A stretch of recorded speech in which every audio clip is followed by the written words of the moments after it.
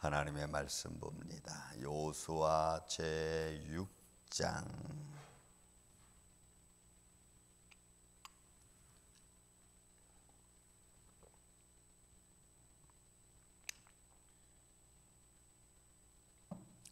제6장 1절부터 우리 7절까지 있는 말씀을 교독하겠습니다.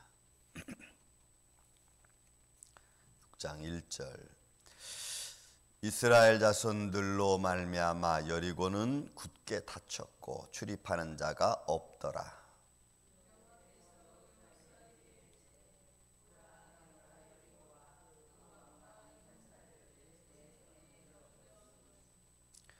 너희 모든 군사는 그 성을 둘러 성 주위를 매일 한 번씩 돌되 엿새 동안을 그리하라.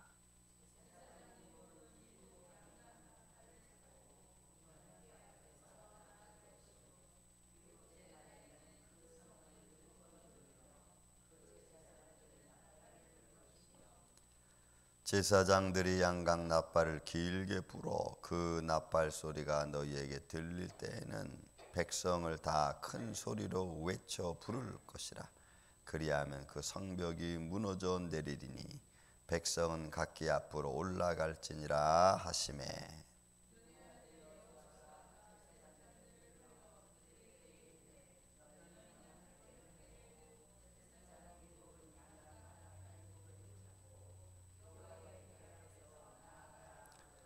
또 백성에게 이르되 나아가서 그 성을 돌되 무장한 자들이 여호와께 앞에서 나아갈지니라 하니라.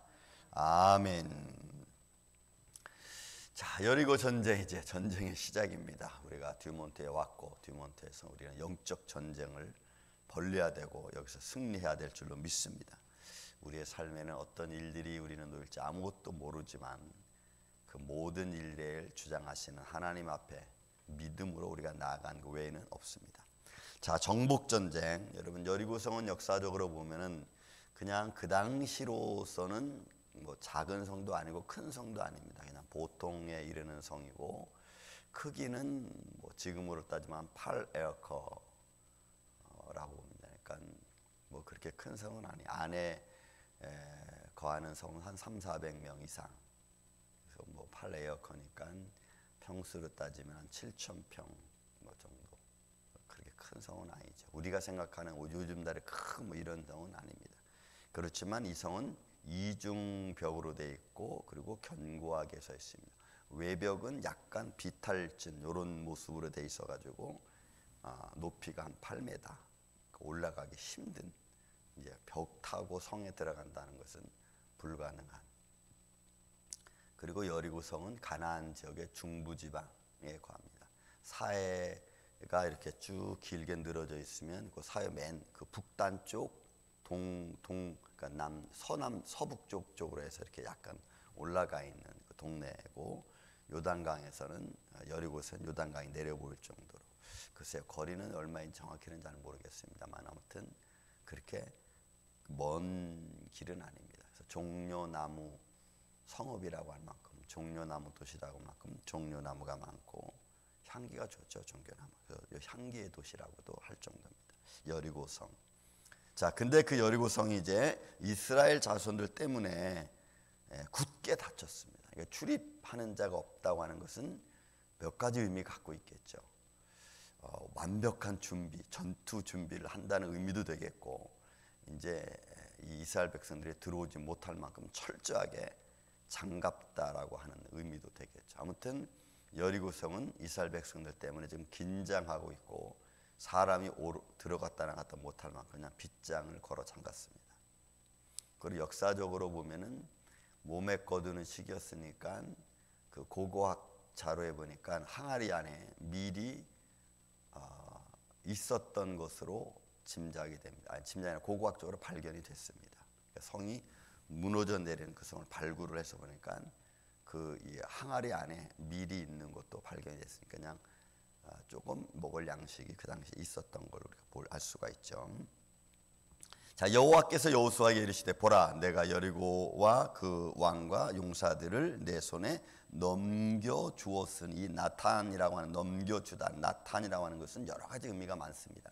그 중에서 준다고 한다고 표현할 때 이 준다고 하는 것은 어떤 의미를 갖냐면 법률적 의미로서 준다고 하는 거예요. 이런 법적인 의미로서 준다는 것은 어떤 의미가 있죠?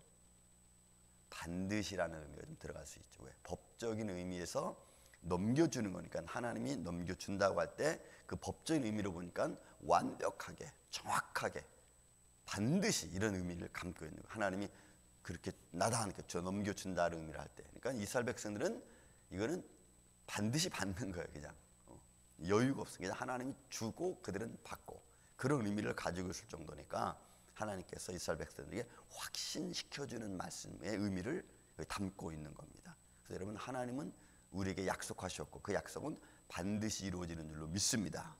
그런 믿음으로 나아가는 거예요. 그런 의미를 주어지는 거예요. 그래서 너희 모든 군사는 그 성을 둘러 성 주위를 매일 한 번씩 돌되 엿새 동안 그리하라. 그러니까 성이 뭐 둘레가 한 600m 정도밖에 안 된다 그래요. 둘레가 600m밖에 안 되니까 성 한 바퀴 도는 것은 그들이 충분히 할 수 있는 일이죠. 그래서 이스라엘 백성들로 하여금 그 성을 하루에 한 바퀴씩 돌게끔 그렇게 명령을 여호수아에게 먼저 하는 겁니다. 그래서 1절부터 시작해서 여러분 5절까지는 하나님이 여호수아에게 지금 또 말하는 거예요. 어떻게 할 건지 지금 작전을 하나님이 여호수아에게 지금 말씀해 주는 겁니다. 자, 4절에 제사장 일곱 양각 나팔을 잡고 언약궤 앞에서 나아갈 것이고, 일곱째 날에는 그 성을 7번 돌되 제사장들은 나팔을 불 것이며, 또 제사장들이 양각 나팔을 길게 불어. 여러분, 양각 나팔은 사실 축제 때 부르는 나팔입니다. 근데 전쟁이, 여러분, 하나님의 전쟁은 좀 이렇게 말하면 뭐하지만 축제, 하나님의 전쟁. 하나님의 전쟁이 왜 축제입니까? 어둠의 세력을 물리치고, 때로는 이단을 물리치고, 불순종한 자들을 물리치고, 믿지 않는 자들을 깨부수는 일이에요. 하나님 앞에는 영광이 되는 일이고, 하나님을 모르는 자들에게는 멸망이 임하는. 그래서 이 축제와 멸망이 동시에 이루어지는. 그러니까 하나님 편에서는 이건 축제인 거예요. 어둠의 세력을 물리치고.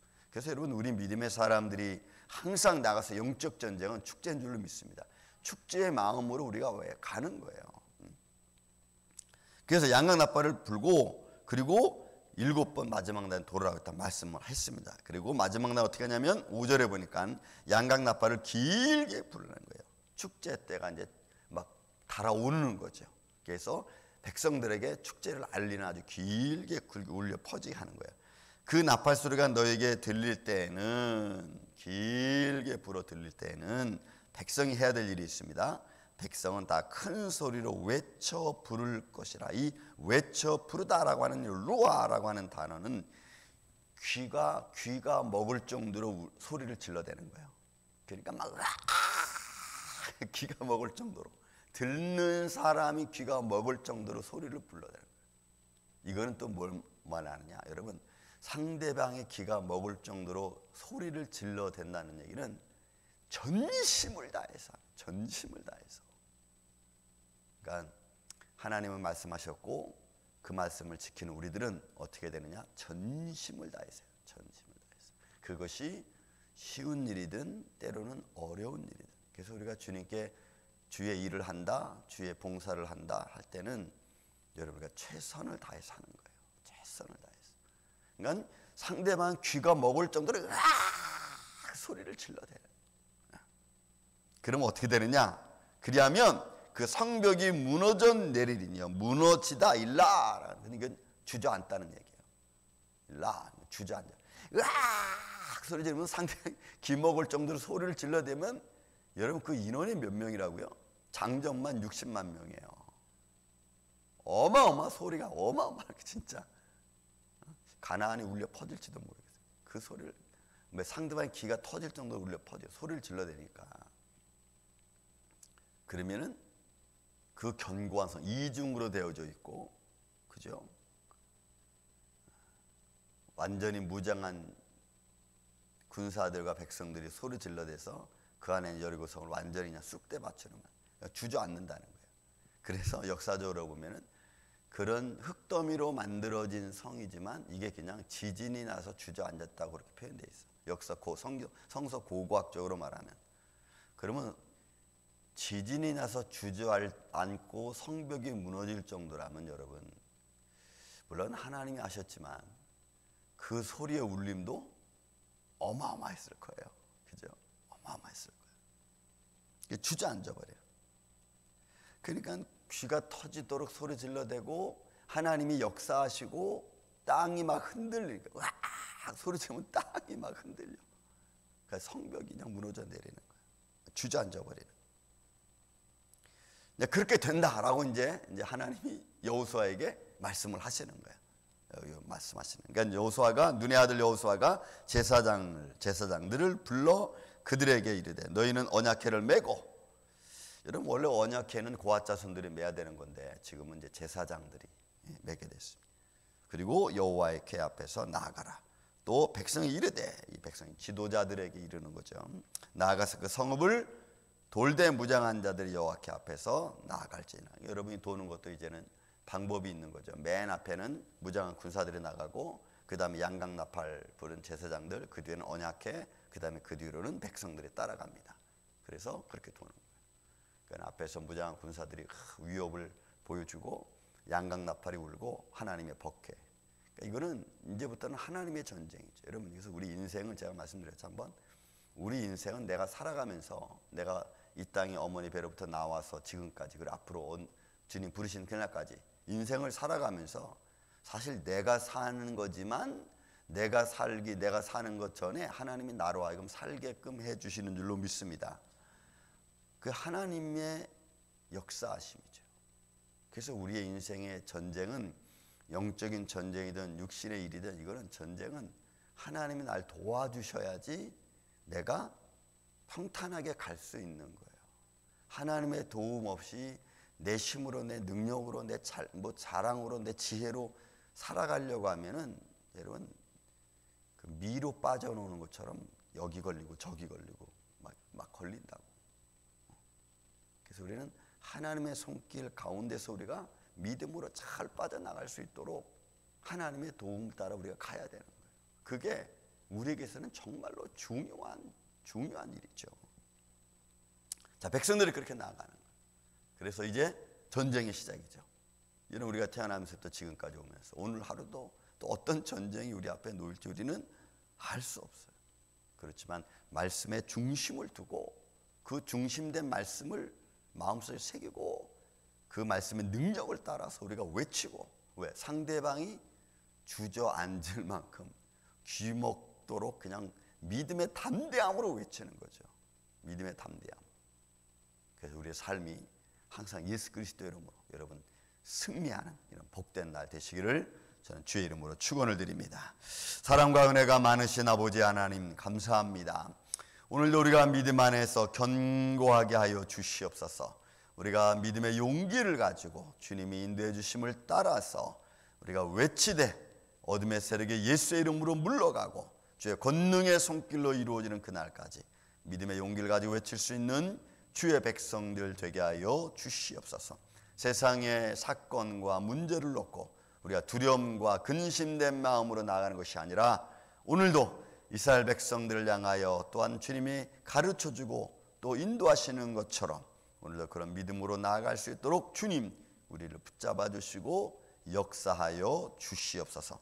하나님의 크신 축복이 오늘도 이 아침부터 잠자리에 드는 순간까지 우리와 함께하여 주시옵기를 원하오며 사랑이 많으신 예수님의 이름으로 기도하옵나이다. 아멘.